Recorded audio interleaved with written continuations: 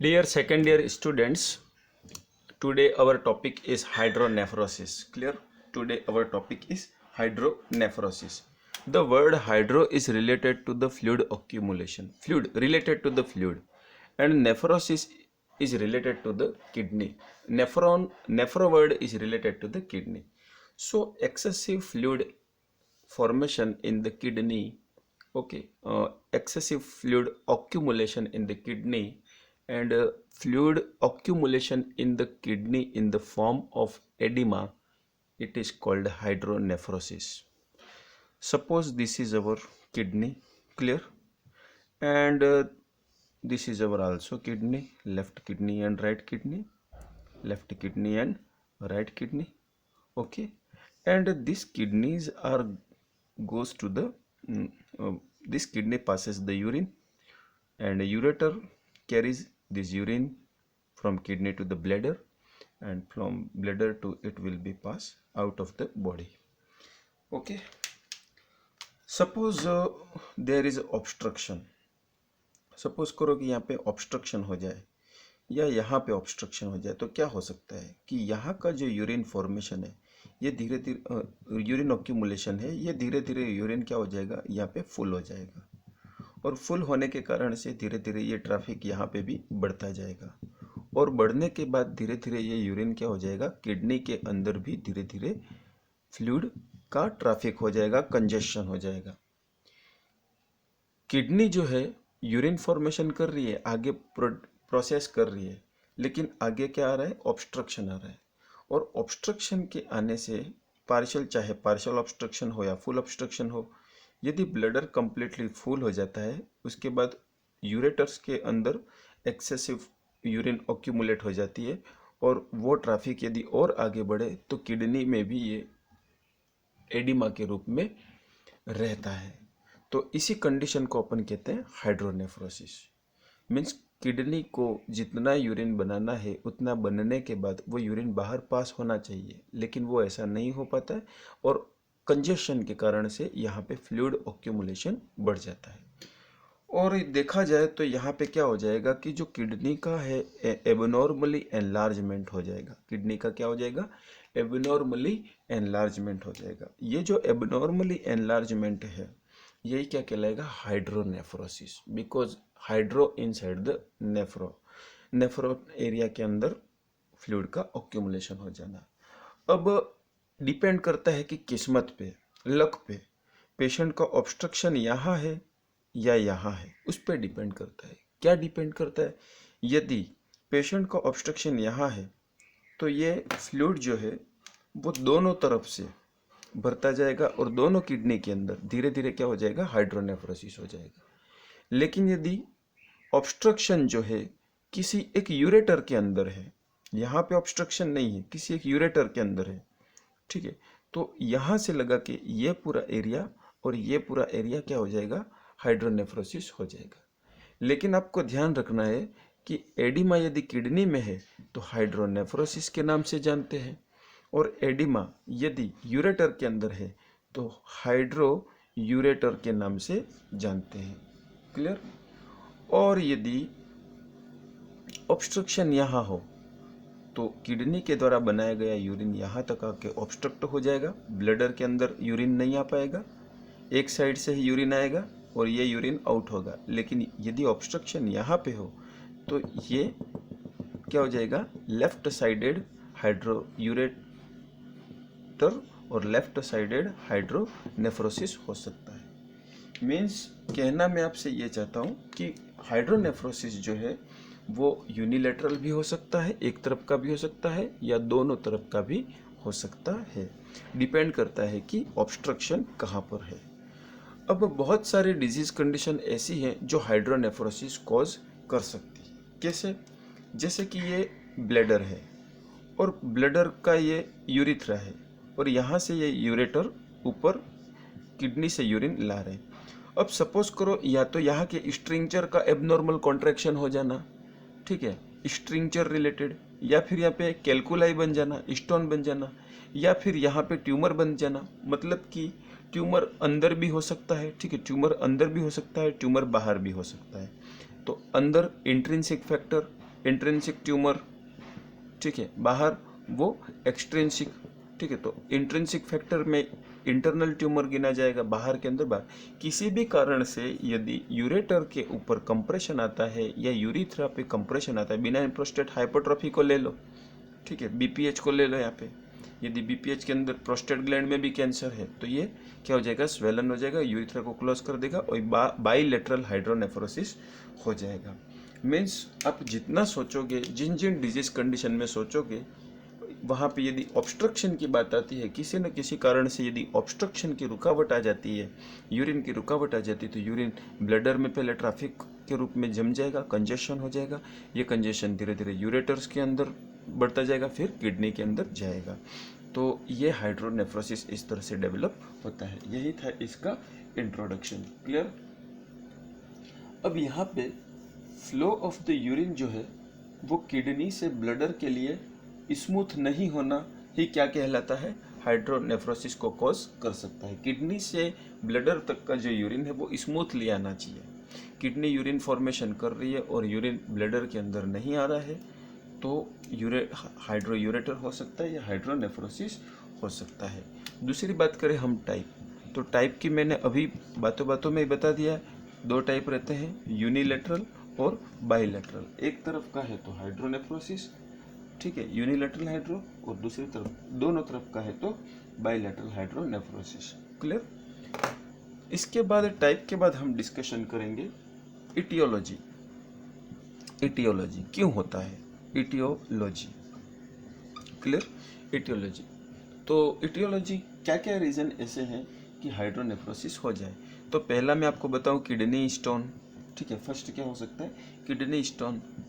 Second ये हो सकता है कि ब्लड का क्लॉट बन जाना, ब्लड क्लॉट बन जाना, यूरेटर के अंदर क्लॉट बन जाना, ब्लैडर के अंदर क्लॉट बन जाना, या फिर क्योंकि कोई जैसे ग्लोमेरुलर नेफ्राइटिस है, नेफ्रोटिक सिंड्रोम है, या रीनल कैल्कुलाई है, तो स्टोन फॉर्मेशन जो होता है वो ब्लीडिंग कर सकता है और वो ब्लीड क्लॉट बन सकता है, ठीक है। तो क्लॉट बन जाना, या फिर स्ट्रिंचर स्कारिंग।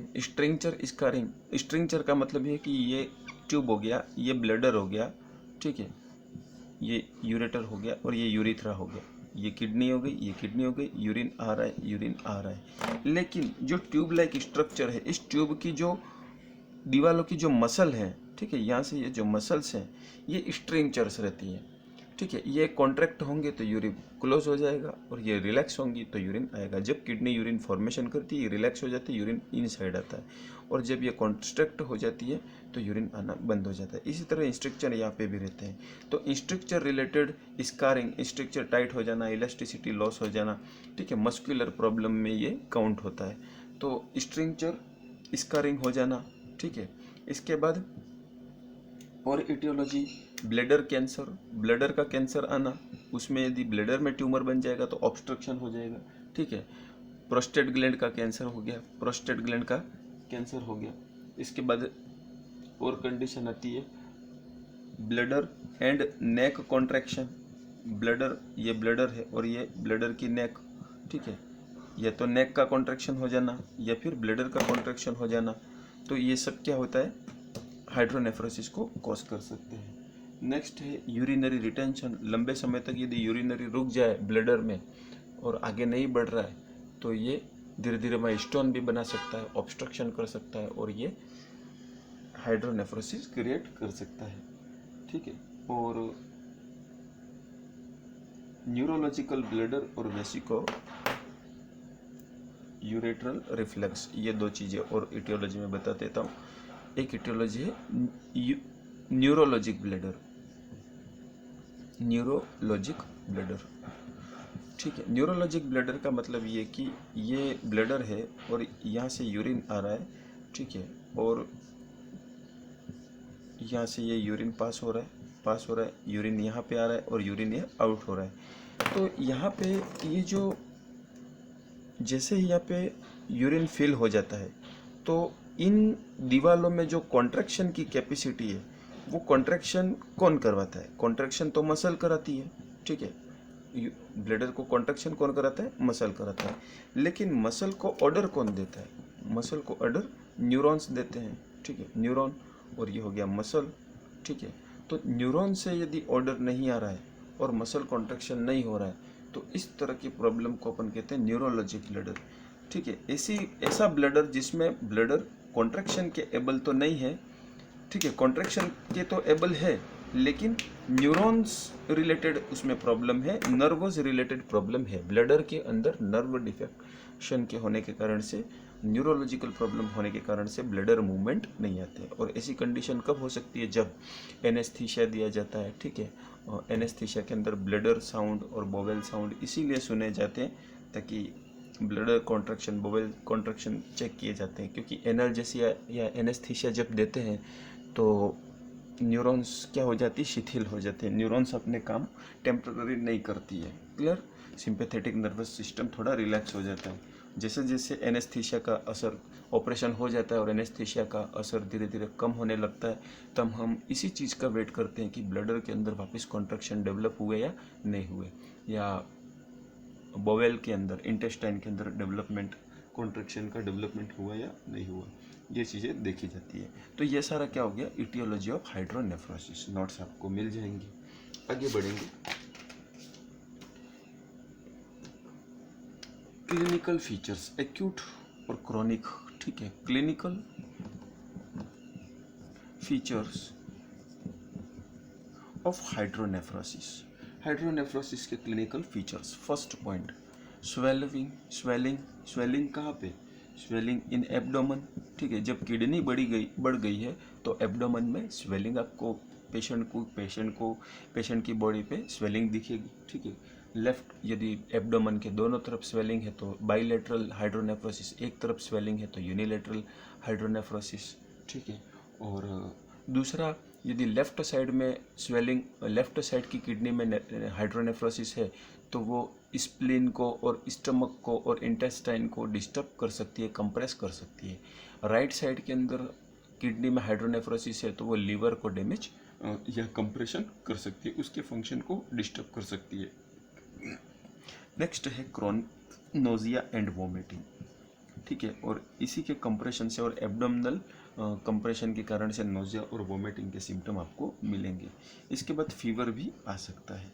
ठीक है, क्योंकि लीवर कंप्रेस हो रहा है और स्प्लीन वगैरह भी कंप्रेस हो रहे हैं। नेक्स्ट, यूरिनरी ट्रैक्ट इन्फेक्शन के चांस रहते हैं, क्योंकि किडनी के अंदर लंबे समय तक यदि कंजेशन रहता है, ठीक है, तो एडिमा हो जाता है, और एडिमा होती है तो कैपिलरी के डैमेज होने के चांसेस रहते हैं। कैपिलरी डैमेज होंगे तो ब्लीडिंग होगी, और इंजरीज बनते ही तुरंत इसके अंदर बैक्टीरियल ग्रोथ हो जाती है, क्योंकि यूरिन लंबे समय तक यूरिन को होल्ड है और यूरिन के अंदर बैक्टीरियल ग्रोथ हो सकती है। ठीक है, इसके बाद frequent urination. Clear? Frequent urination, बार बार यूरिन आने की सेंसेशन महसूस होना। ठीक है, बार बार यूरिनेशन की समस्या होना, क्योंकि एक बार में यूरिन कम्प्लीटली आउट नहीं हो पाता है, इसलिए बार बार उसे यूरिन के सेंसेशन आते हैं और यूरिन की ज़रूरत पड़ती है। Next, pen during urination. ठीक है, और क्लिनिकल फीचर्स, पेशेंट को यूरिन के समय पेन भी होगा। तो एक सामान्य सोचने की बात है कि जब हाइड्रोनेफ्रोसिस होगा तो किडनी के अंदर स्वेलिंग होगी, एब्डोमिनल ऑर्गन्स कंप्रेस होंगे, उनसे रिलेटेड पेन होगा, टेंडरनेस होगी, एब्डोमेन पे टच करने पे पेन होगा, क्योंकि लेफ्ट में तो लेफ्ट में पेन होगा, राइट में तो राइट में पेन होगा। नोजिया, वोमिटिंग, फीवर सिम्टम है। बैक्टीरियल ग्रोथ से यूटीआई हो जाता है, और ये फ्रीक्वेंट यूरिनेशन होता है, पेन ड्यूरिंग द यूरिन होता है, और blood seen in the urine, haematuria भी हो सकता है। ठीक है, blood seen in the urine, haematuria. ठीक है, तो ये सारे चीज़ें क्लिनिकल फीचर्स हैं, लेकिन इतना ही काफ़ी नहीं है। जब हाइड्रोनेफ्रोसिस बढ़ेगा, अपने प्रोग्रेशन करेगा, तो वो लीवर रिलेटेड और एड्रिनल ग्लैंड रिलेटेड और अदर इंटेस्टाइन रिलेटेड सिम्टम्स भी शो करेगा। डिपेंड करता है डिजीज किस तरह से प्रोग्रेस कर रही है।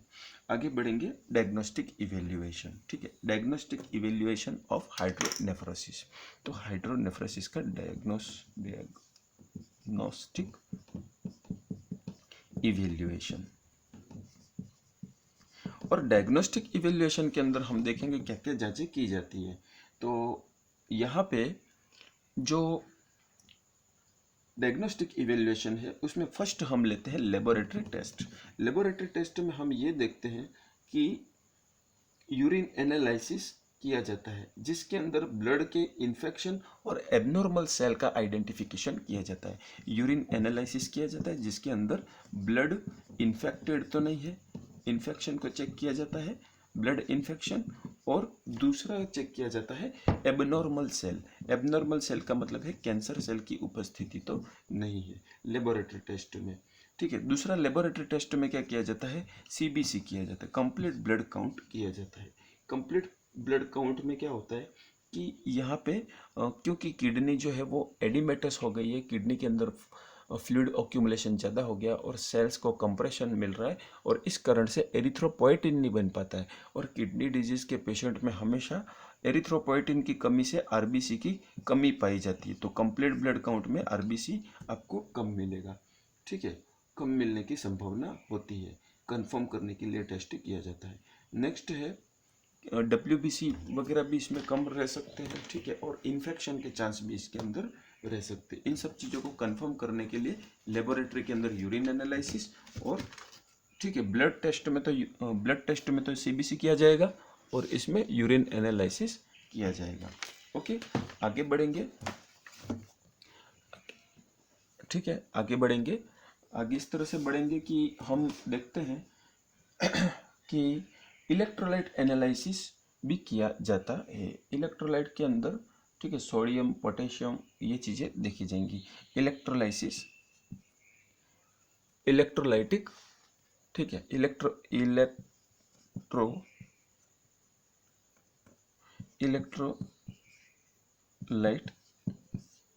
एनालिसिस, इसके अंदर सोडियम, पोटेशियम, इन चीज़ों को देखा जाता है।